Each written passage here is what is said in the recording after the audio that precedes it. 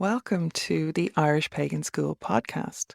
Your hosts are authors and co-founders of the Irish Pagan School here in County Waterford, Ireland, Laura O'Brien and Jon O'Sullivan. Fáilte. Is the River Barrow the grave of a monster that could destroy all of Ireland? Well, Dagda Evox Fáilte. Hi, hello, and welcome. It's Jon O'Sullivan from the Irish Pagan School. And I have been exploring our mythology here, the Irish mythology, seeking out the monsters, the magical entities, magical creatures, and trying to explore a little bit more about them. And I have known for a while the origins of the River Barrow myself, the story of it. But I wanted to kind of go and pull out the resources and to provide them in a bit more specifics. So, neat answer, not hard to say. Yes, the River Barrow is the grave of a monster that could have destroyed all of Ireland. So we have a number of different sources for this, and those sources are known as Dinhénicus, or the lore of names and places.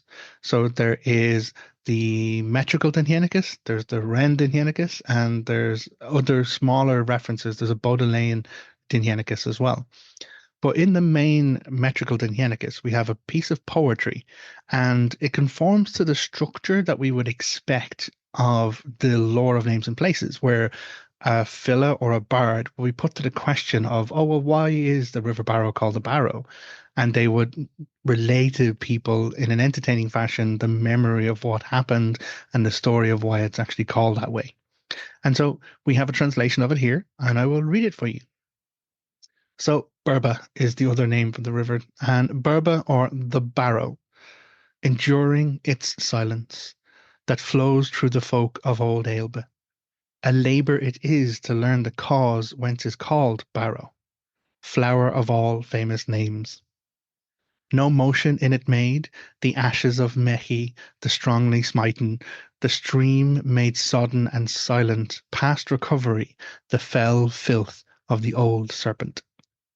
3 turns the serpent made. It sought out the soldier to consume him. It would have wasted by its nature all of the kine of the indolent hosts of ancient Erin. Therefore Dincecht slew it. There was rude reason for clean destroying it, for preventing it for ever from wasting above every resort, from consuming utterly. Known to me is its grave where he cast it, a tomb without walls or roof tree. Its evil ashes no ornament to the region, found silent burial in noble Barrow. So it's a lovely piece of poem. It talks about the flow of it, but it does give us one of the versions of characters involved, because Dincecht is the very famous surgeon of the Tuatha Dé Danann, and so he is their god of medicine and surgery and leechcraft, as it was called. Mechi, though, is also known to us and is also associated with someone who is believed to be Tuatha Dé Danann, and that is the Morrigan.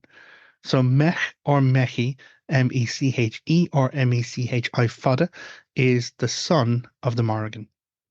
And so in one version of the story, this child is born either with 3 hearts, with a snake in each heart, or with 1 heart which has 3 snakes in it. And the prophecy was told that if the snakes were allowed to grow, they would grow and they would burst forth from him, and then they would be the ruin of all Ireland. They would consume everything. Anywhere they went would be pestilence and destruction. It would be pretty much bad all over the place. And so Dincecht was called, and he removed the heart with the snakes in it, but knew that even if it had been removed, it still wouldn't be enough to prevent the tragedy. So he burned the heart and the snakes inside of it. But even then, the toxicity of the ashes were such that he couldn't just put it into the soil. So he found the only way he could dispose of it in a way that would contain or disperse or remove the harm from being caused. And so he put the ashes into the river Berba. But such was the the virulence of the ash, even the ash after the fact, that the river, the full river itself, is said to have boiled, and that's where Berba, its name, comes from, and again called a barrow. More commonly, a barrow is known as a tomb, and so the River Barrow is the tomb of this monstrous serpent or triple serpent, which could have destroyed all of Ireland. There's another version of it which adds in and confirms the Morrigan association, which comes from the Baudelaire Indianicus, and it says, "Into it the three snakes which were in the heart of Mechi, son of the Morrigan, were cast after he was killed by Machecht in Mag Mechi." Now, this Machecht is a different character to Dean Kecht and not actually related to Dean Kecht at all. Mag Kecht, in this instance, is one of the three grandsons of the Dagda, who were kings in Ireland at the ending of the Tuatha Dé Danann cycle before the Milesians came in.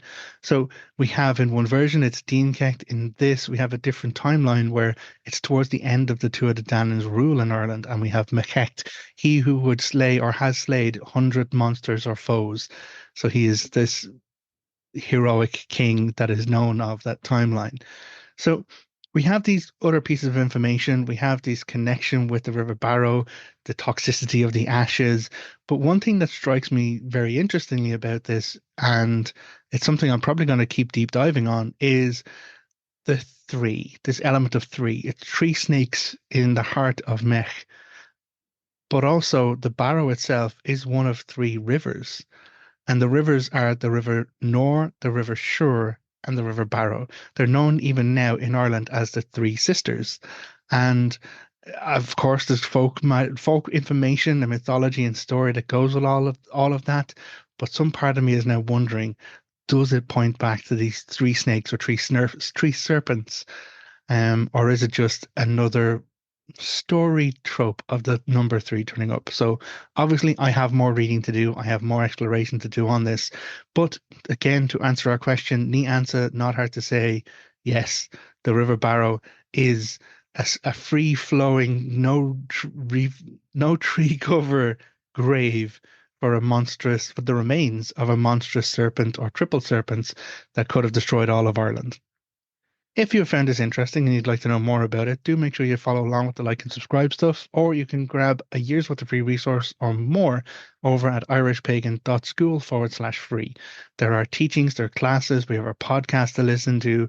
There's a whole lot of stuff that allow you to explore the mythology of my island and take the next steps around connecting that with our spiritual past. So until next time, look after yourself, take care. Agus Slán. Goodbye. If you enjoyed this podcast, please leave us a positive review in your podcast listener. Then head over to irishpaganschool.com and enroll in one of our free or paid courses. Slán go fóill, and we will see you next time.